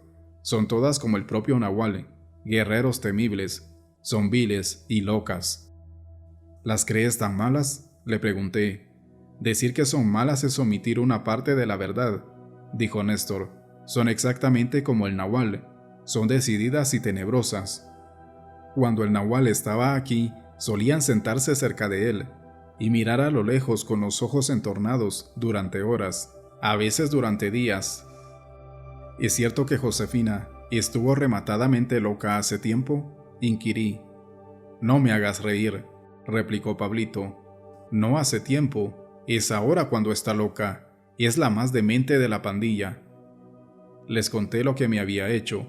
Suponía que iban a apreciar el aspecto cómico de su magnífica actuación, pero mi relato pareció caerles mal. Me escucharon como niños asustados. Hasta Benigno abrió los ojos para atender a mis palabras. «Es tremendo», exclamó Pablito. «Esas brujas son realmente horrorosas. Y sabes que su jefe es Sin Nalgas. Es ella quien arroja las piedras y esconde la mano, y finge ser una niña inocente. Ten cuidado con ella, maestro». El Nahual preparó a Josefina para que fuese capaz de hacerle todo en cualquier momento, explicó Néstor. Puede fingir lo que se te ocurra, llanto, risa, ira, cualquier cosa. Pero, ¿cómo es cuando no hace comedia?, pregunté a Néstor. «Está loca de remate», respondió Benigno con voz suave. «Conocí a Josefina el día de su llegada. Tuve que arrastrarla hacia la casa. El Nahual y yo solíamos tenerla atada a la cama. Una vez se echó a llorar por su amiga, una pequeña con la que en otros tiempos había jugado. Lloró 3 días. Pablito la consolaba y le daba de comer como a un bebé. Ella es como él. Ninguno de los dos sabe cómo detenerse una vez que han comenzado». De pronto, Benigno empezó a olisquear el aire, se puso de pie y fue hasta el fogón. «¿Es realmente tímido?», pregunté a Néstor. «Es tímido y excéntrico». Fue Pablito quien replicó. «Será así hasta que pierda la forma». Genaro nos dijo que tarde o temprano perderíamos la forma, de modo que no tiene sentido amargarnos la vida tratando de cambiar, como nos indicó el Nahual. Genaro nos aconsejó divertirnos y no preocuparnos por nada. Tú y las mujeres se inquietan y se esfuerzan. Nosotros, por el contrario, lo pasamos bien. Tú no sabes disfrutar de las cosas y nosotros no sabemos amargarnos la vida. El Nahual llamaba al amargarse la vida ser impecable. Nosotros la llamamos estupidez. ¿No es así? Hablas únicamente por ti mismo, Pablito, dijo Néstor. Benigno y yo no compartimos tu oposición. Benigno trajo un tazón de comida y me lo puso delante. Sirvió a todos. Pablito examinó los recipientes y preguntó a Benigno de dónde los había sacado. Benigno le informó que estaban en una caja, en el lugar que la gorda le había dicho que los tenía guardados. Pablito me dijo en confianza que aquellos habían sido sus tazones antes de la ruptura. Debemos tener cuidado, comentó Pablito en tono nervioso. Es indudable que estos tazones están hechizados. Esas brujas les ponen algo. Yo preferiría usar el de la gorda. Néstor y Benigno empezaron a comer. En ese momento, advertí que Benigno me había dado el tazón marrón. Pablito parecía confundido. Quise tranquilizarlo, pero Néstor me detuvo. No lo tomes en serio, dijo. Le gusta ser así. Se sentará y comerá. Es allí donde tú y las mujeres fallan. No hay modo de hacerles entender que Pablito es así. Esperan que todo el mundo sea como el Nahual. La gorda es la única que no se inmuta por él, no porque lo comprenda, sino porque ha perdido la forma. Pablito se sentó a comer, y entre los cuatro dimos buena cuenta de toda la olla. Benigno lavó los tazones y volvió a ponerlos en la caja cuidadosamente. Luego, nos sentamos cómodamente en torno a la mesa. Néstor propuso que, tan pronto como oscureciera, fuésemos a dar un paseo por un barranco cercano al que yo solía ir con don Juan y don Genaro. Por una u otra razón, me sentía poco dispuesto a ir. No tenía la suficiente confianza en ellos. Néstor afirmó que estaba acostumbrado a andar en la oscuridad y que el arte de un brujo consistía en pasar inadvertido aún en medio de la multitud. Le conté lo que en cierta ocasión me había dicho don Juan, antes de dejarme en un lugar desierto de las montañas, no lejos de allí. Me había pedido que me concentrase en tratar de no ser evidente. Decía que los lugareños conocían a todo el mundo de vista. No había mucha gente, pero quienes allí vivían andaban siempre de un lado para otro y eran capaces de distinguir a un extraño a varios kilómetros. Algunos de ellos poseían armas de fuego y no tenían el menor reparo en disparar. «No te preocupes por los seres del otro mundo», había dicho don Juan, riendo. «Los peligrosos son los mexicanos». «Eso sigue siendo válido», dijo Néstor. «Siempre fue cierto. Esa es la razón por la que el Nahual y Genaro eran artistas tan consumados. Aprendieron a pasar inadvertidos por el miedo de todo eso. Conocían el arte del acecho». Aún era demasiado temprano para nuestro paseo por lo oscuro.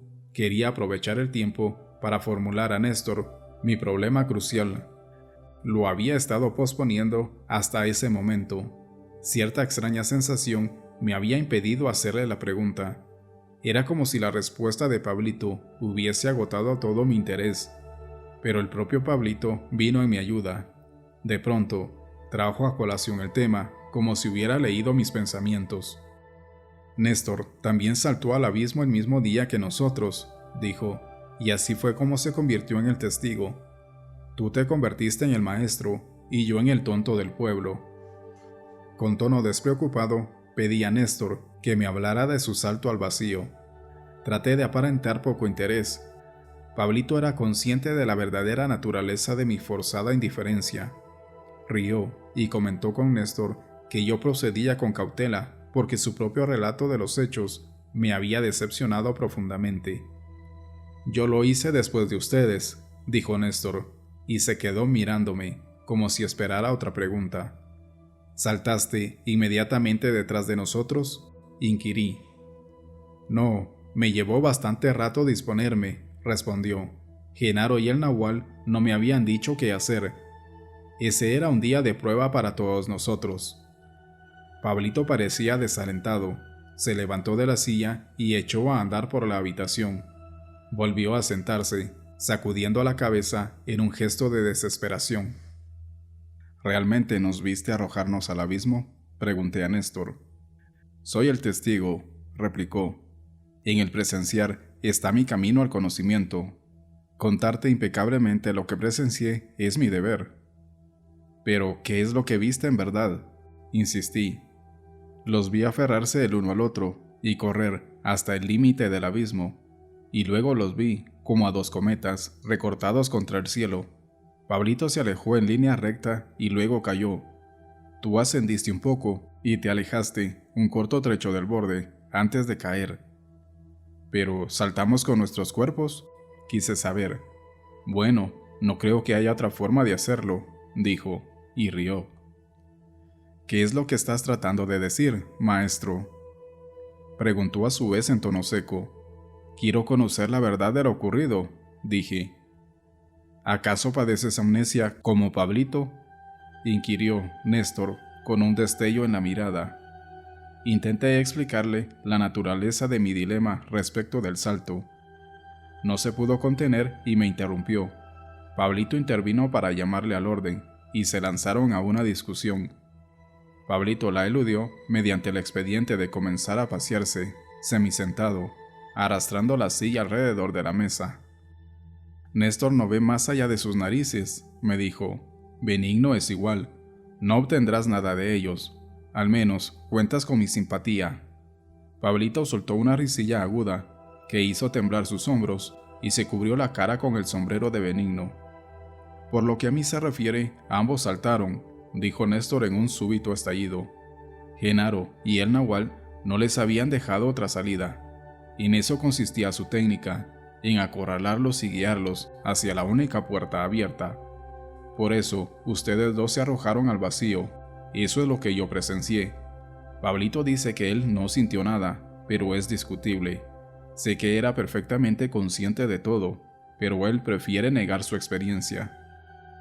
Yo no era verdaderamente consciente, me aseguró Pablito en tono de disculpa. Puede ser, dijo Néstor secamente, pero yo sí, y vi sus cuerpos haciendo lo que debían hacer, saltar. Las afirmaciones de Néstor me pusieron de un humor singular. Hasta ese momento había estado en busca de confirmaciones para lo que había percibido por mí mismo. Pero, una vez logrado mi propósito, comprendía que no tenía la menor importancia.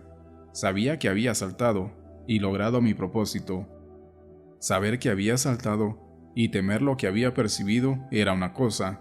Buscar para ello validaciones consensuales era otra. Entendí entonces que no había una correlación necesaria entre ambas. Había creído que el hecho de que alguien corroborase el salto liberaría a mi intelecto de dudas y temores. Estaba equivocado. Contra lo esperado, me sentía más inquieto, más inmenso en la cuestión. Empecé a comunicar a Néstor que, si bien había ido a verlos con la finalidad específica de obtener de ellos la confirmación de mi salto, había cambiado de idea y no quería hablar más del asunto. Los dos se pusieron a hablar a la vez, de modo que la conversación se generalizó. Pablito sostenía que él no había sido consciente. Néstor gritaba que Pablito era un consentido, y yo decía que no quería oír mencionar el salto ni una vez más. Por primera vez me resultó absolutamente ostensible que los tres carecíamos de serenidad y de dominio de sí. Ninguno de nosotros estaba dispuesto a prestar toda su atención al otro, como lo hacía don Juan y don Genaro, puesto que me era imposible mantener un orden mínimo en nuestro intercambio de opiniones. Me sumía en mis propias cavilaciones. Siempre había pensado que el único de mis defectos que me había impedido entrar de lleno en el mundo de don Juan era mi insistencia en racionalizarlo todo, pero la presencia de Pablito y de Néstor me acababa de dar una nueva visión de mí mismo. Otro de mis defectos era la timidez. Una vez apartado de los seguros rumbos del sentido común, me faltaba confianza en mí mismo y me dejaba intimidar por el terrible peso de aquello que tenía lugar ante mis ojos. Así consideré imposible creer que yo había saltado al vacío. Don Juan había afirmado en numerosas ocasiones que en la brujería todo consistía en una cuestión de percepción. Fieles a ese criterio, él y don Genaro habían montado un drama enorme, catártico, destinado a nuestro último encuentro en aquella cima arrasada. Cuando me hicieron expresar en palabras claras y audibles mi agradecimiento a cuantos alguna vez me habían ayudado, me embargó la alegría. En ese instante había captado toda mi atención, permitiendo a mi cuerpo percibir el único acto posible dentro de su marco de referencia, el salto al abismo. Ese salto era la realización práctica de mi percepción, no como hombre corriente, sino como brujo.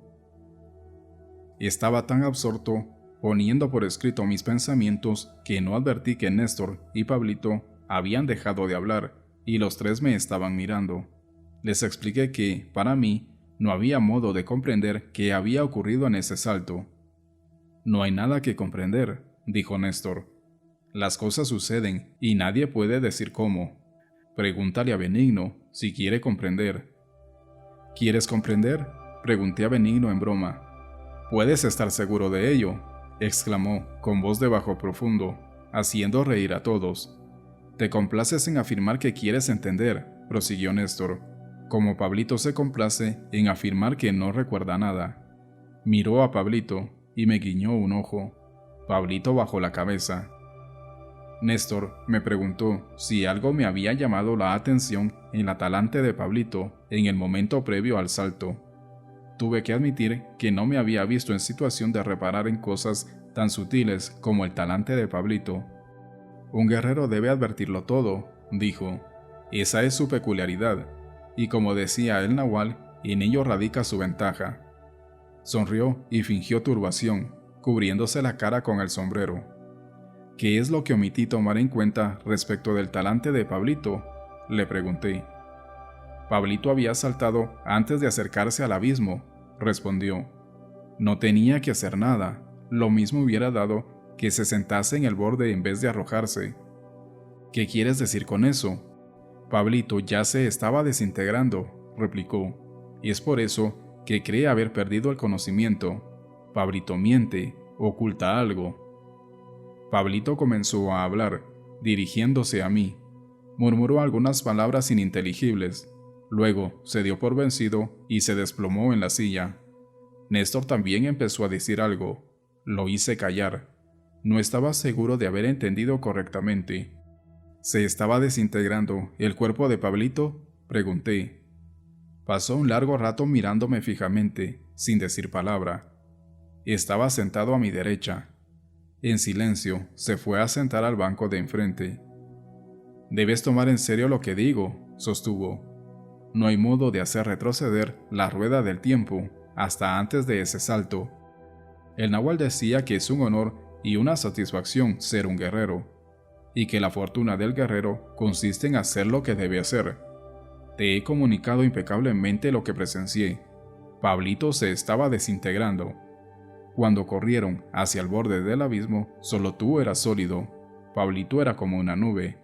Él cree que estuvo a punto de caer de bruces, y tú crees que lo sostuviste por el brazo para ayudarle a llegar al borde. Ambos se equivocan, y yo no dudo que hubiese sido mejor para los dos que no lo recogieses». Me sentía más confundido que nunca. Le creía sincero en sus afirmaciones, pero recordaba tan solo haber cogido a Pablito por el brazo. «¿Qué hubiera sucedido de no intervenir yo?», inquirí. «No puedo contestar a eso», replicó Néstor, «pero sé que cada uno de ustedes perjudicó la luminosidad del otro. En ese momento en que le rodeaste el brazo, Pablito cobró cierta solidez, pero tú desperdiciaste tu precioso poder por nada». «¿Qué hiciste tú una vez que hubimos saltado?», pregunté a Néstor tras un largo silencio. Tan pronto como hubieron desaparecido, dijo, «Quedé con los nervios tan destrozados que no podía respirar, y también me desmayé. No sé cuánto tiempo permanecí inconsciente. Creo que fue tan solo un instante. Al recobrar el sentido, miré a mi alrededor en busca de Genaro y del Nahual. Se habían ido. Corrí de un lado para otro, por aquella cima, llamándolos hasta enronquecer. Entonces comprendí que estaba solo. Fui hasta el borde del precipicio en busca del signo con que la tierra indica que un guerrero no va a regresar, pero ya era demasiado tarde. En ese momento, tomé conciencia de que Genaro y el Nahual habían partido para siempre. No me había dado cuenta antes de que, tras haberse despedido de ustedes, mientras corrían hacia el vacío, se habían vuelto hacia mí y me habían dicho adiós con la mano. Encontrarme solo a esa hora en aquel lugar desértico era más de lo que podía soportar.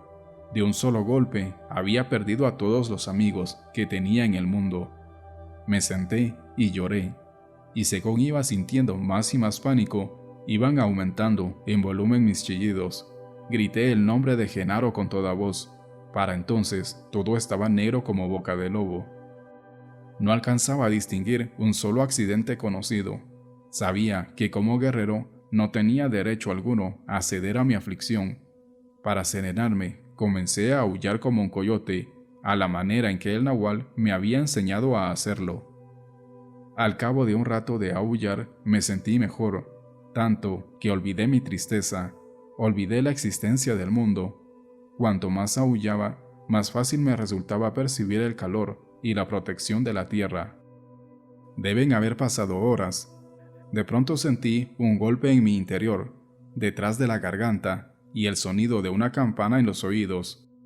Recordé lo que el Nahual había dicho a Eligio y a Benigno antes de que saltaran, que esa sensación en la garganta se presentaba en el instante inmediatamente anterior a aquel en que uno se dispone a cambiar de velocidad, y que el sonido de la campana era el vehículo del que era posible valerse para lograr cualquier cosa que uno deseara. Lo que yo deseaba era ser un coyote. Me miré los brazos, apoyados en el suelo frente a mí. Había cambiado de aspecto y semejaban los de un coyote. Vi piel de coyote en ellos y en mi pecho. Era un coyote. Ello me hizo tan feliz que lloré, como debe llorar un coyote. Sentía mis dientes de coyote, mi hocico largo y puntiagudo y mi lengua. De algún modo, sabía que había muerto. Pero no me importaba. No me importaba haberme convertido en un coyote, ni estar muerto, ni estar vivo. Anduve como un coyote, en cuatro patas, hasta el borde del precipicio, y me arrojé a él. No me quedaba otra cosa por hacer. Sentí que caía y que mi cuerpo de coyote daba vueltas en el aire. Entonces volví a ser yo, girando rápidamente en el espacio, pero antes de llegar al fondo, cobré tal ligereza que dejé de caer para empezar a flotar. El aire me pasaba de lado a lado. Era tan liviano. Creí que por fin la muerte me penetraba. Algo agitaba mi interior y me desintegraba como arena seca. El lugar en que me hallaba era pacífico y perfecto. Por alguna razón sabía que estaba allí, y sin embargo no estaba. Yo era nada. Eso es todo lo que puedo decir sobre ello. Luego, bruscamente, lo mismo que me había reducido a arena, volvió a reunirme. Retorné a la vida y me encontré sentado en la cabaña de un viejo brujo mazateca. Me dijo que se llamaba Porfirio. Aseguró que estaba contento de verme y comenzó a enseñarme ciertas cosas referidas a plantas de las que Genaro nunca me había hablado. Me llevó al lugar en que se hacían las plantas y me mostró el molde de las plantas, especialmente las marcas de los moldes. Me explicó que si buscaba esas marcas en las plantas, podría determinar para qué servían, aun cuando se tratase de una especie que nunca hubiese visto. Una vez seguro de que había aprendido a diferenciar las marcas, me despidió, pero me invitó a volver a verlo. En ese momento sentí un violento tirón y me desintegré, como antes. Me dividí en 1.000.000 de trozos. Luego fui nuevamente atraído hacia mí mismo y volví a ver a Porfirio. Después de todo, me había invitado. Sabía que podía ir a donde quisiera, pero escogí la cabaña de Porfirio porque era amable conmigo y me enseñaba. Además, no quería correr el riesgo de encontrarme con cosas horrorosas. Esa vez, Porfirio me llevó a ver el molde de los animales. Allí vi mi propio Nahual animal. Nos reconocimos a primera vista. Porfirio quedó encantado con nuestra amistad. También vi el Nahual de Pablito y el tuyo, pero no quisieron hablar conmigo. parecían tristes. No insistí en trabar conversación. No conocía las consecuencias del salto de ustedes. Yo me suponía muerto, pero mi nahual me dijo que no lo estaba y que ustedes dos también vivían.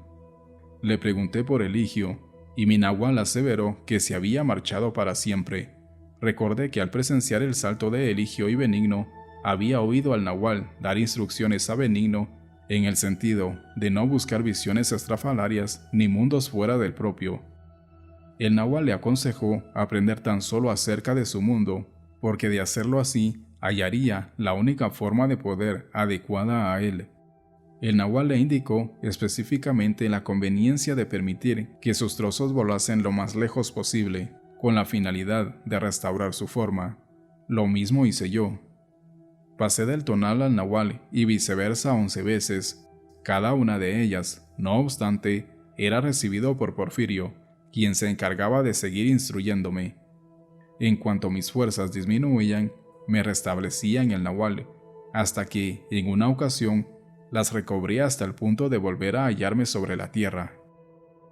Doña Soledad me dijo que Eligio no había saltado al abismo. Acoté. Saltó con Benigno, dijo Néstor. Pregúntaselo, te lo contará con su voz favorita. Me volví hacia Benigno y le pregunté. No tengas dudas de que saltamos juntos, replicó con voz de trompeta, pero nunca habló de ello. ¿Qué te dijo de Eligio, doña Soledad?, preguntó Néstor. Le conté que doña Soledad me había dicho que Eligio había sido envuelto por un viento y abandonado el mundo cuando trabajaba en campo abierto. Está completamente confundida, dijo Néstor. Eligio fue llevado por los aliados, pero él no quería a ninguno de ellos, de modo que le dejaron ir. Eso no tiene nada que ver con el salto. La gorda nos dijo que tuviste un encuentro con los aliados anoche. No sé qué hiciste, pero si hubieras querido atraparlos o seducirlos para que se quedasen contigo, habrías debido girar con ellos. A veces ellos llegan por propia decisión hasta el brujo, y le envuelven y le hacen girar. Eligio era el mejor guerrero que había, así que los aliados fueron a él por su cuenta.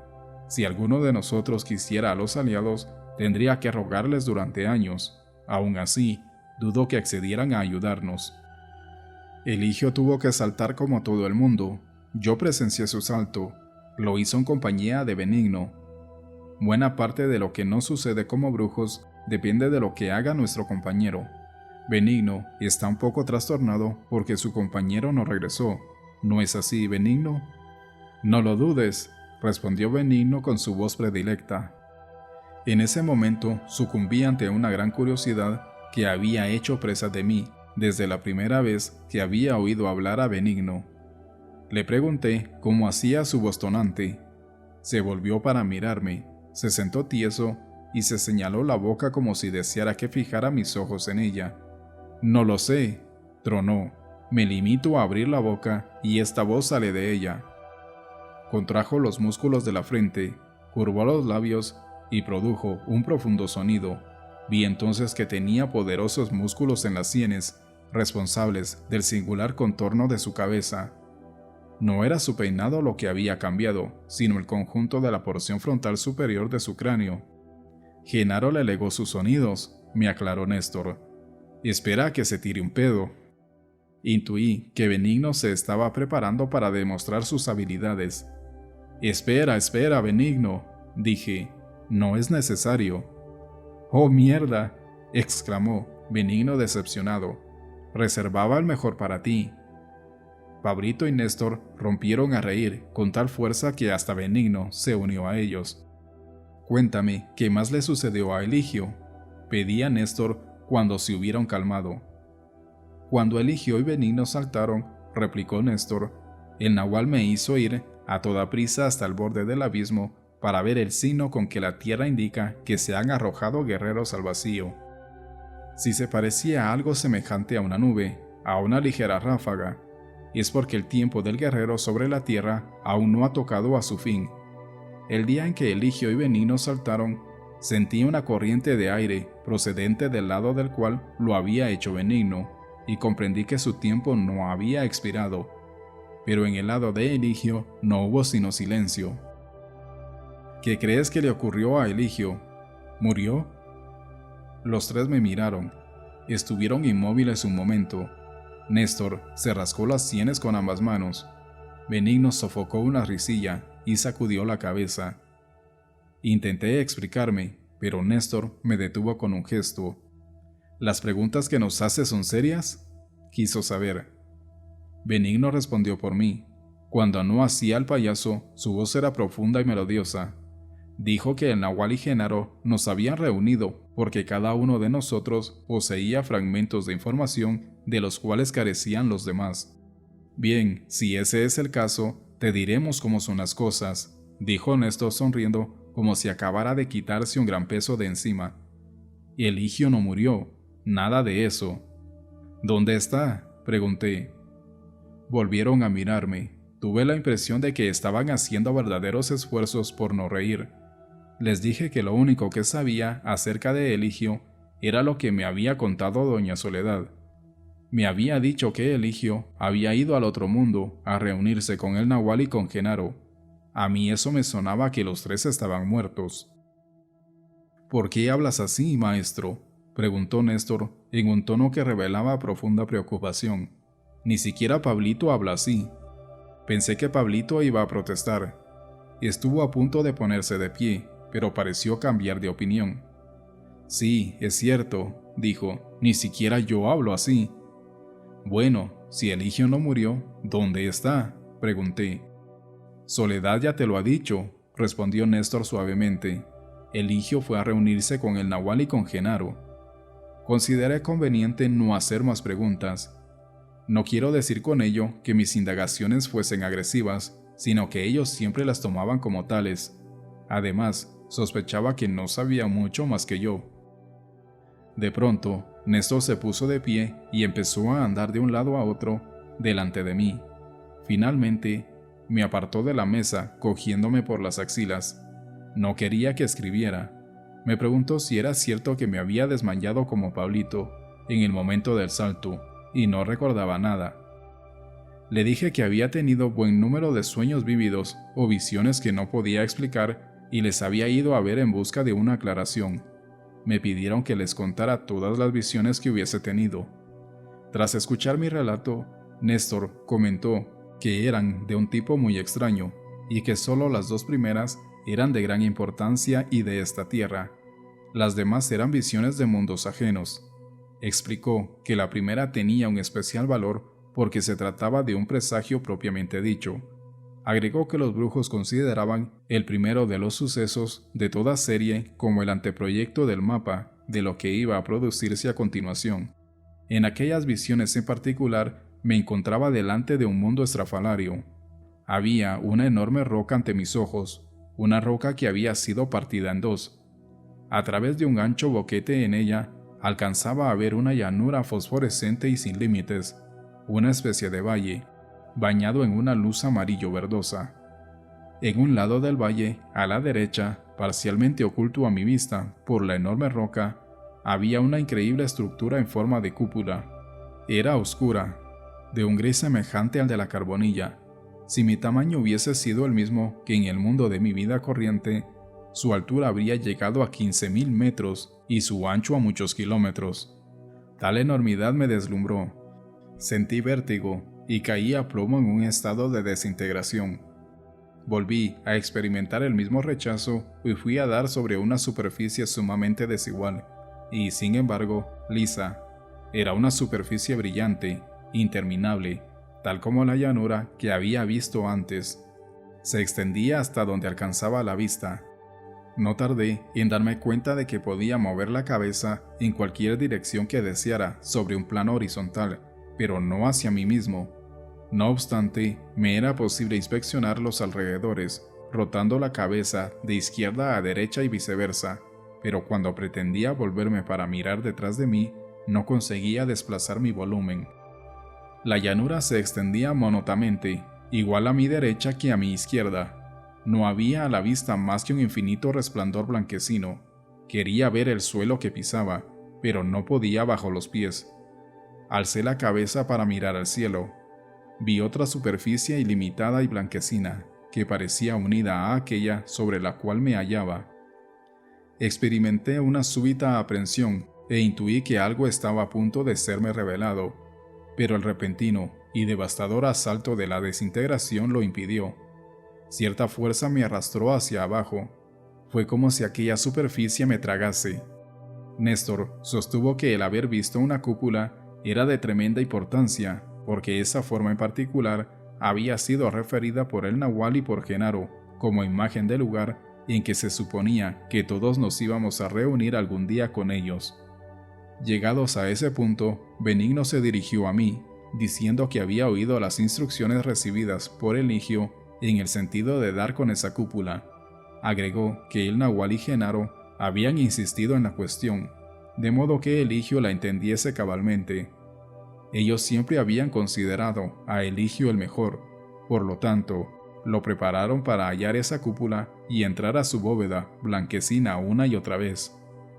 Pablito dijo que los tres habían sido instruidos para encontrar esa cúpula si les resultaba posible, pero ninguno lo había logrado. Comenté, en tono de queja, que ni don Juan ni don Genaro me habían mencionado jamás nada semejante. Yo no había recibido enseñanza alguna relacionado con una cúpula. Benigno, que se encontraba sentado a la mesa frente a mí, se puso de pie y vino a mi lado. Se situó a mi izquierda y me susurró al oído que tal vez los dos viejos me hubieran instruido y yo no lo recordaba, aunque también era probable que no me hubieran dicho nada, para que no fijase mi atención en ella una vez encontrada. ¿Cuál era la importancia de la cúpula?, pregunté a Néstor. Allí es donde están el Nahual y Genaro, replicó. ¿Y dónde se encuentra esa cúpula?, inquirí. En alguna parte, sobre esta tierra, dijo. Tuve que explicarle detenidamente la importancia de que una estructura de esas dimensiones existiese en nuestro planeta. Le dije que mi visión había sido algo muy semejante a un sueño, y que cúpulas de esa altura solo están concebibles como producto de la fantasía. Rió y me palmeó delicadamente la espalda, como si le siguiese la corriente a un niño. «¿Tú quieres saber dónde está Eligio?», dijo Néstor de pronto. «Pues bien, está en la bóveda blanquecina de esa cúpula, con el Nahual y Genaro». «Pero esa cúpula fue una visión», protesté. «Entonces Eligio está en una visión», dijo Néstor. «Recuerda lo que Benigno acaba de decirte. Ni el Nahual ni Genaro te ordenaron hallar esa cúpula y regresar a ella. Si lo hubieran hecho, no estarías aquí, estarías donde Eligio, en la cúpula de esa visión. Como ves, Eligio no murió como muere un hombre en la calle, simplemente no regresó de su salto». Su declaración me resultó asombrosa. No podía apartar de mi memoria la intensidad de las visiones que había tenido, pero por alguna razón desconocida deseaba discutir con él. Néstor, antes de que me fuese posible decir nada, llevó la cosa aún más allá. Me recordó una de mis visiones, la penúltima. Había sido la más angustiosa de todas. En ella me perseguía una extraña criatura oculta. Sabía que estaba allí, pero no alcanzaba a verla, no porque fuese invisible, sino porque el mundo en que me encontraba era tan increíblemente nuevo que no podía determinar qué era cada cosa en él. Fuera lo que fueran los elementos que tenía a la vista, ciertamente no eran de esta tierra. La angustia que experimenté al saberme perdido en un lugar así estuvo a punto de superar mi capacidad emocional. En cierto momento, la superficie sobre la cual estaba parado comenzó a sacudirse. Percibí que cedía bajo mis pies y me aferré a una especie de rama o un apéndice de algo que me hacía pensar en un árbol que colgaba exactamente sobre mi cabeza en un plano horizontal. En el instante en que la toqué, la cosa me rodeó la muñeca como si hubiese estado llena de nervios que lo captaran todo. Fui alzado a una tremenda altura, miré hacia abajo y vi un animal increíble. Comprendí que se trataba de la criatura que me había estado persiguiendo. Surgía de una superficie que parecía ser suelo. Distinguí su enorme boca, abierta como una caverna. Oí un rugido estremecedor, completamente sobrenatural, algo semejante a un grito estridente, metálico, sofocado, y el tentáculo que me había cogido me soltó para dejarme caer en aquella boca de aspecto cavernoso. La vi en todos sus detalles en el curso de la caída. Entonces se cerró, conmigo dentro. Inmediatamente, la presión redujo mi cuerpo a una pasta. «Ya has muerto», dijo Néstor. «Ese animal te comió. Te aventuraste más allá de este mundo y diste con el horror mismo. Nuestra vida y nuestra muerte no son más ni menos reales que tu corta vida en ese lugar y tu muerte en la boca de ese monstruo. Esta vida que tenemos no es sino una larga visión. ¿Te das cuenta?». Espasmos nerviosos recorrieron mi cuerpo. «No fui más allá de este mundo», prosiguió, «pero sé de qué hablo. No protagonicé cuentos de horror como ustedes. Lo único que hice fue visitar a Porfirio 10 veces.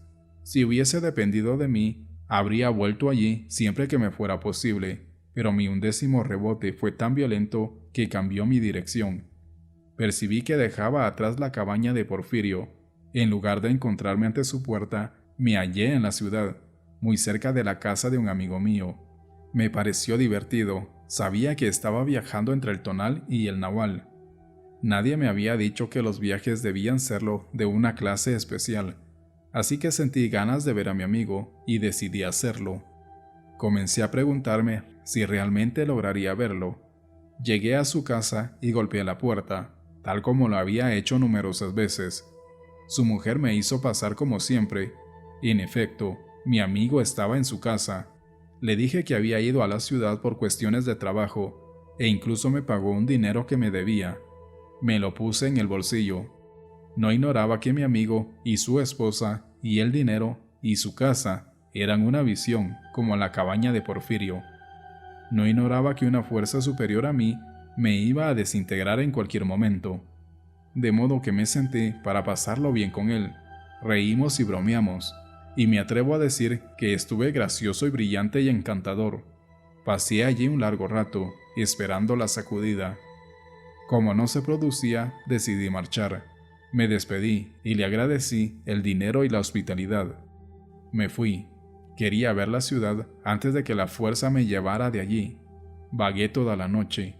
Recorrí el camino que llevaba a las colinas que dominaban la ciudad. En el momento en que el sol se alzó, caí en la cuenta de algo, cuya realidad me golpeó como un rayo. Estaba de regreso en el mundo y la fuerza que me iba a desintegrar me había disipado y me permitía quedarme.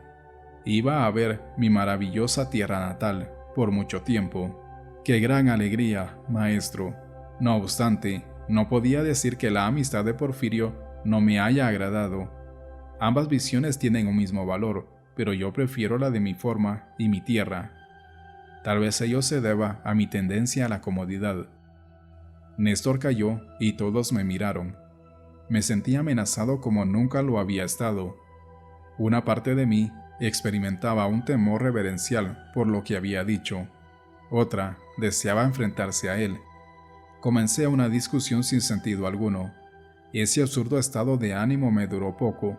Entonces tomé conciencia de que Benigno me observaba con expresión vil. Unía los ojos fijos en mi pecho. Algo espantoso empezó de pronto a pesar sobre mi corazón. El sudor me corría por el rostro, como si tuviese una estufa delante de mí. Los oídos me zumbaban. La gorda se acercó a mí en ese preciso momento. Su presencia era completamente inesperada para mí. Estoy seguro de que también lo era para los genaros. Dejaron de lado lo que estaban haciendo para mirarla. Pablito fue el primero en sobreponerse a la sorpresa. «¿Por qué tienes que entrar así?», preguntó en tono planillero. «Estabas escuchando en la otra habitación, ¿no?». Ella afirmó que había permanecido en la casa tan solo unos minutos y luego había salido a la cocina. Y la razón por la que se había quedado en silencio nada tenía que ver con el fisgoneo. Su actitud obedecía a un deseo de ejercitar su capacidad para pasar inadvertida. Su presencia había dado lugar a una extraña tregua. Quise volver a seguir el curso de las revelaciones de Néstor, pero antes de que me fuera posible decir nada, la gorda aclaró que las hermanitas estaban en camino a la casa y transpondrían el umbral en cualquier momento.